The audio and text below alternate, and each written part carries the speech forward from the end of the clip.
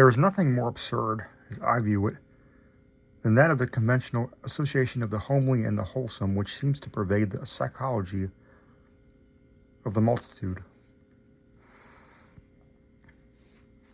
Mention a bucolic Yankee setting, a bungling and thick-fibered village undertaker, and a careless mishap in a tomb, and no average reader can be brought to expect more than a hearty, albeit grotesque phase of comedy.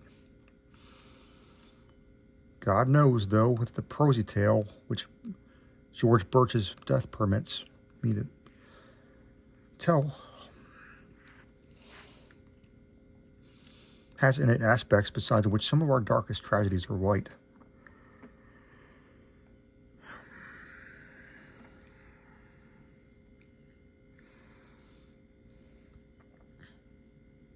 Birch acquired a limitation and changed his business in 1881, yet never discussed the case where he could avoid it. Neither did his old physician, Dr. Davis, who died years ago. It was generally stated that his affliction and shock were results of an unlucky slip whereby Birch had locked himself for 9 hours in the receiving tomb of Peck Valley Cemetery, escaping only by crude and disastrous mechanical means.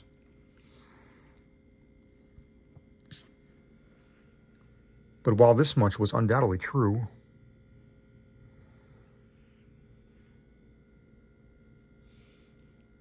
there were other and blacker things which the man used to whisper to me in his drunken delirium toward the last. He confided in me that because I was his doctor, and because probably he felt the need of confiding in someone else after Davis died. He was a bachelor, wholly without relatives. Birch, before 1881, had been the village undertaker of Peck Valley, and was a very calloused and primitive specimen, even as such specimens go. The practices I have heard attributed to him would be unbelievable today, at least in a city. And even Peck Valley would have shuddered a bit had it known the easy ethics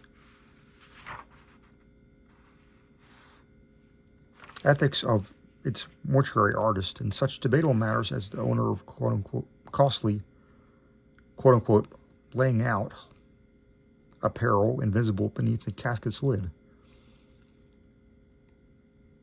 and the degree of dignity to be maintained in posing and adapting in the unseen members of lifeless tenants to containers not always calculated with the sublimest accuracy.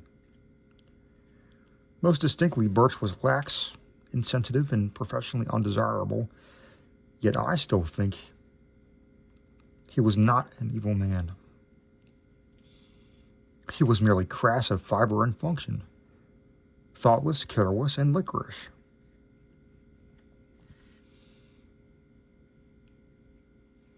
As his easily avoidable accident proves, without that modicum of imagination which holds the average citizen within certain limits fixed by taste.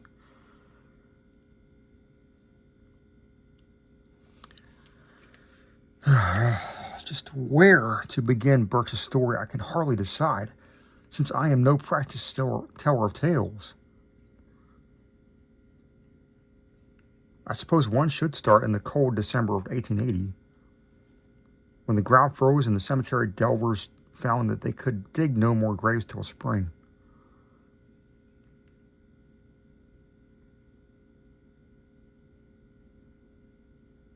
Fortunately, the village was small and the death rate so low, so that it was possible to give all of Birch's inanimate charges a temporary haven in a single antiquated receiving tomb.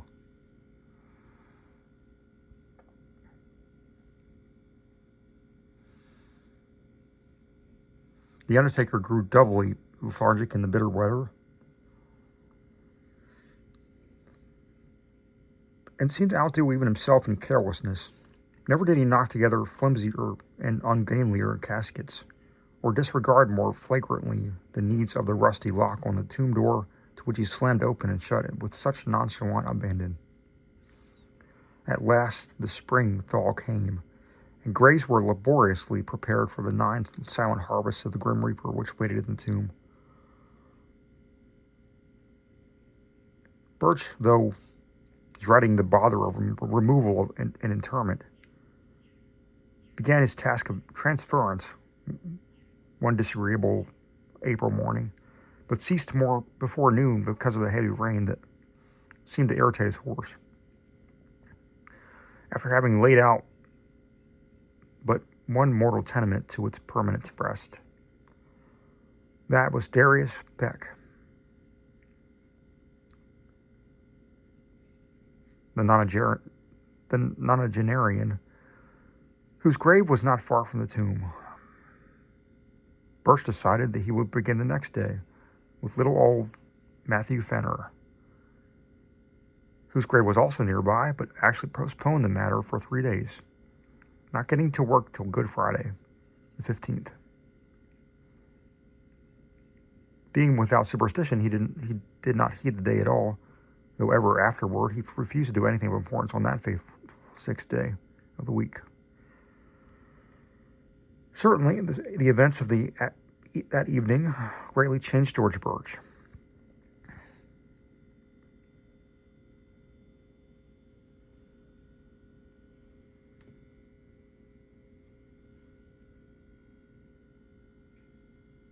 On the afternoon of Friday, April 15th, then, Birch set out for the tomb with horse and wagon to transfer the body of Matthew Fenner.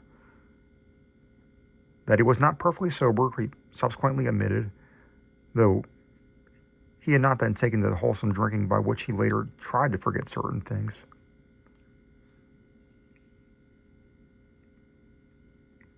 He was just dizzy and careless enough to annoy a sensitive horse, which, as he drew it up viciously up at the tomb, neighed and pawed and tossed its head, much as on that former occasion when the rain had vexed it.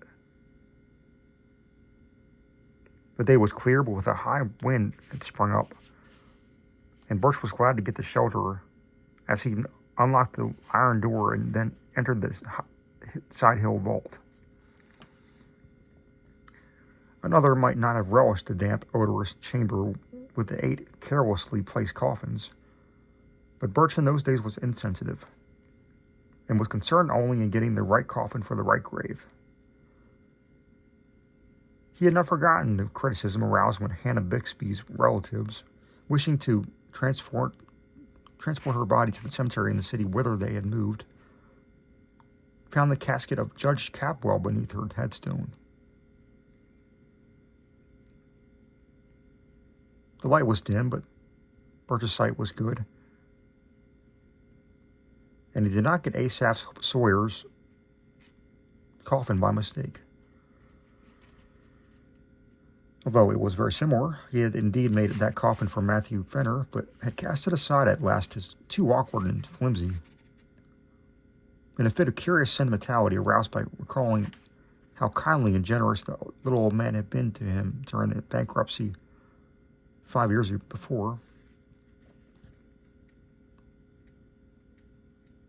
he gave old Matt the very best his skill could produce, but was thrifty enough to save the rejected specimen and to use it when Asaph Sawyer died of a malignant fever. Sawyer was not a lovable man, and many stories were told of his almost inhuman vindictiveness and tenacious memory of her wrongs, real or fancied. To him, Birch had felt no compunction in assigning the carelessly made coffin, which he now pushed out of the way in his quest for the Fenner casket. It was just as he recognized old Matt's coffin that the door slammed to in the wind, leaving him in a dusk even deeper than before. The narrow transom admitted only the feeblest of rays, and the overhead ventilation funnel virtually none at all, so that he was reduced to a profane fumbling as he made his halting way amongst the long boxes towards the latch.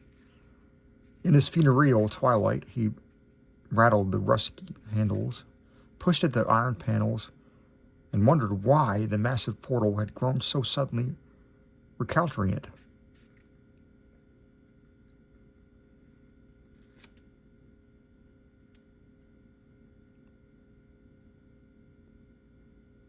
or recalcitrant.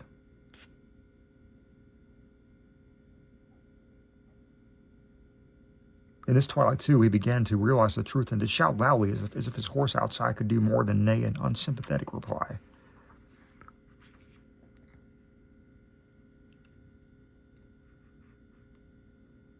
For the long-neglected latch was obviously broken, leaving the careless undertaker trapped in the vault, a victim of his own oversight. The thing must have happened about 3:30 in the afternoon. Birch, being by temperament phlegmatic and practical, did not shout long, but proceeded to grope about for some tools, which he recalled seeing in a corner of the tomb. It is doubtful whether he was touched at all by the horror and exquisite weirdness of his position. But the bald fact of imprisonment, so far from the daily paths of men, was enough to exasperate him thoroughly. His day's work was sadly interrupted, and unless chance presently brought him some ramble hither, he might have to remain all night or longer. The pile of tools soon reached, and a hammer and a chisel when selected. Birch returned over the coffins to the door. The air had begun to be exceedingly unwholesome.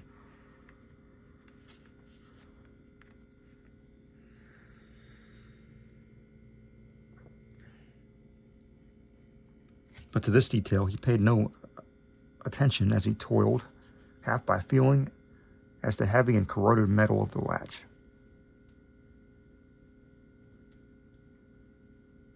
He would have given as much for a lantern or a bit of candle, but lacking these, bungled semi-sightlessly as best he might.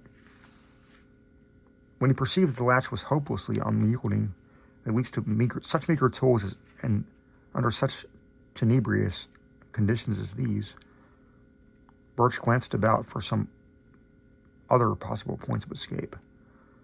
The vault had been dug from a hillside, so the narrow ventilation funnel in the top ran through several feet of earth, making this direction utterly useless to consider. Over the door, however, the high slit-like transom in the brick facade gave promise of possible enlargement into a diligent worker.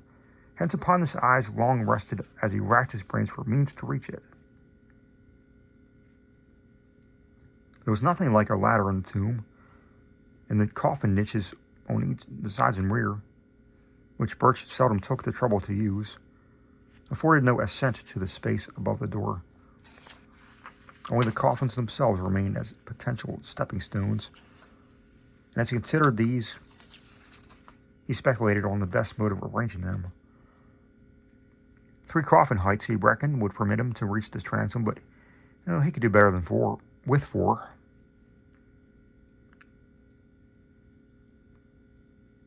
The boxes were fairly even, and could piled up like blocks. So he began to compute how he might most stably use the 8 to rear a scalable platform 4 deep. As he planned, he could not but wish that the units of his contemplated staircase had been more securely made. Whether he had imagination enough to wish they were empty is strongly to be doubted. Finally, he decided to lay a base of 3 parallel with the wall to place upon this 2 layers of 2 each, and upon these a single box to serve as the platform. This arrangement could be scented with the minimum of awkwardness and would furnish the desired height. Better still, though, he would utilize only 2 boxes of the base to support the superstructure.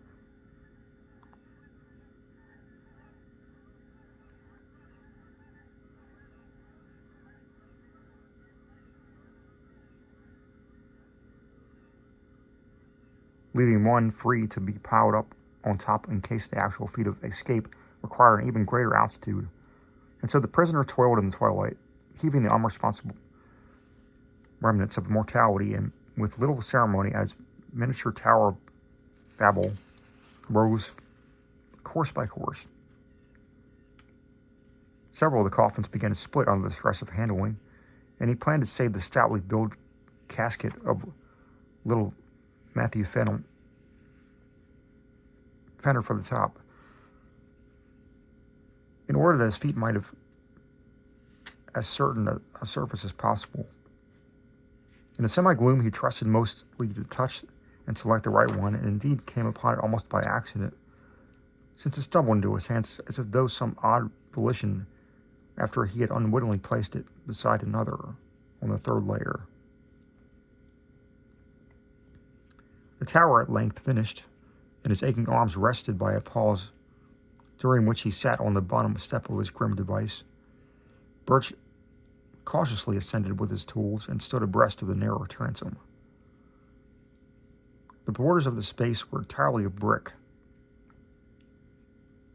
and there seemed little doubt that he could shortly chisel away enough to allow his body to pass.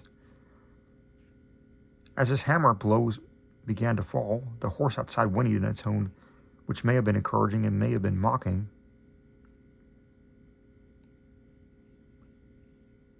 In either case, it would have been appropriate, for the unexpected tenacity of the easy-looking brickwork was surely a sardonic commentary on the vanity of mortal hopes, and the source of a task whose performance deserved every possible stimulus. Dusk fell and found Birch still toiling. He worked largely by feeling now, since newly gathered clouds hid the moon, and though progress was still slow, he felt heartened at the extent of his encroachments on top and bottom of the aperture. He could, he was sure, get out by midnight, though it is characteristic of him that this thought was untinged with eerie implications. Undisturbed by oppressive reflections of the time, the place, and the company beneath his feet, he philosophically chipped away the stone brickwork, cursing when the fragment hit him in the face, and laughing when one struck the increasingly excited horse that pawed near the cypress tree. In time, the hole grew so large that he ventured to try his body in now and then, shifting about so that the coffins beneath him rocked and creaked. He would not, he found, have to pile another on his platform to make the proper height, for the hole was on the exactly on the right level to use as soon as its size might permit. It must have been midnight at least when the Birch decided he could get it through the transom. Tired and perspiring, despite many rests, he descended to the floor and sat a while on the bottom box to gather strength for the final wriggle and leaped to the ground outside. The hungry horse was neighing repeatedly and almost uncannily, and he vaguely wished it would stop. He was curiously elated over its impending escape, and almost dreaded the exertion, for his form had the indolent stoutness of early middle age. As he remounted the splitting coffins, he felt his weight very poignantly, especially when, upon reaching the topmost one, he heard that aggravated crackle which bespeaks the wholesale rendering of wood. He had, it seems, planned in vain when choosing the stoutest coffin for the platform, for no sooner was his full bulk again upon it than the rotting lid gave way, jouncing him 2 feet down on a surface which even he did not care to imagine. Maddened by the sound, or by the stench which billowed forth even to the open air, the waiting horse gave a scream that was too frantic for a neigh, and plunged madly off through the night, the wagon rattling crazy behind it. Birch, in its ghastly situation, was now too low for an easy scramble out of the enlarged transom, but gathered his energies for a determined try. Clutching the edges of the aperture, he sought to pull himself up, when he noticed a queer retardation in the form of an apparent drag on both of his ankles. In another moment, he knew fear for the first time that night, for struggle as he would, he could not shake clear of the unknown grasp which held his feet in relentless captivity. Horrible pains, as if of savage wounds, shot through his calves, and his mind was a vortex of fright mixed with an unquenchable materialism that suggested splinters, loose nails, or some other attribute of a breaking wooden box. Perhaps he screamed. At any rate, he kicked and squirmed frantically and automatically whilst his consciousness was almost eclipsed in a half-swoon. Instinct guided him in his wriggle through the transom and in the crawl which followed his jarring thud on the damp ground. He could not walk, it appeared, and the emerging moon must have witnessed a horrible sight as he dragged his bleeding ankles toward the cemetery lodge, his fingers clawing the black mold in brainless haste, and his body responding with that maddening slowness from which one suffers when chased by the phantoms of nightmare. There was evidently, however, no pursuer,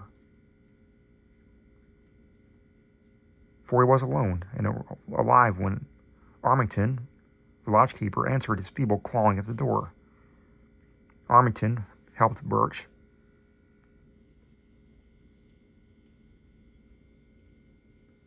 to the outside of a spare bed and sent his little son Edwin for Dr. Davis.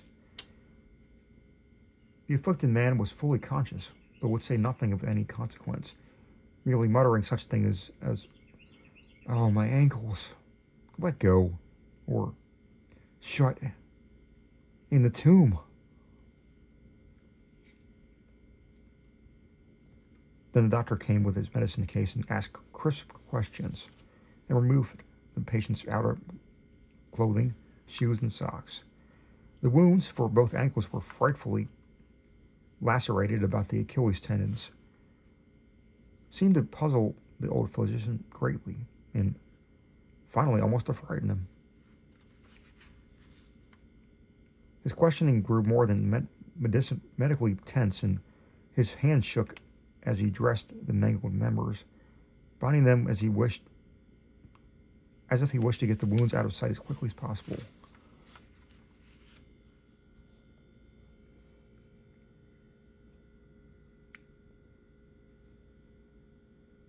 For an impersonal doctor, Davis's ominous and awestruck cross-examination became very strange indeed, as he sought to drain from the weakened undertaker every least detail of his horrible experience. He was oddly anxious to know if Birch were sure, absolutely sure, of the identity of that top coffin of the pile, how he had chosen it, how he had been certain of it as the Fenner coffin in the dusk, and how he had distinguished it from the inferior duplicate coffin of vicious Asaph Sawyer. Would the firm Fenner casket have caved in so readily? Davis, an old-time villager practitioner, had of course seen both at the respective funerals, and as indeed he had attended both Fenner and Sawyer in their last illnesses. He had even wondered at Sawyer's funeral how the vindictive farmer had managed to lie straight in a box so closely akin to that of the diminutive Fenner. After a full 2 hours, Dr. Davis left, urging Birch to insist at all times that his wounds were caused entirely by loose nails and splintering wood. What else, he added, could ever in any case be proved or believed? But it would be well to say as little as could be said, and to let no other doctor treat the wounds. Birch heeded this advice as all the rest of his life till he told me his story. And when I saw the scars, ancient and whitened as they then were, I agreed that he was wise in so doing. He always remained lame, for the great tendons have been severed, but I think that the greatest lameness was in his soul. His thinking processes, only once so phlegmatic and logical, had become ineffaceably scarred, as it was pitiful to note his response to certain chance allusions as Friday, tomb, coffin, and words of less obvious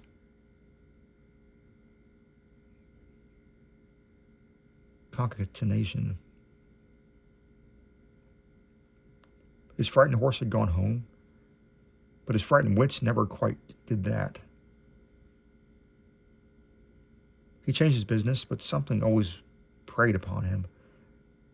It may have been just fear, and it may have been fear mixed with a queer, belated sort of remorse for bygone crudities. His drinking, of course, only aggravated what was meant to alleviate. When Dr. Davis left Birch that night, he had taken a lantern and gone to the old receiving tomb. The moon was shining on the scattered brick fragments in the marred facade, and the latch of the great door yielded readily to the touch from the outside.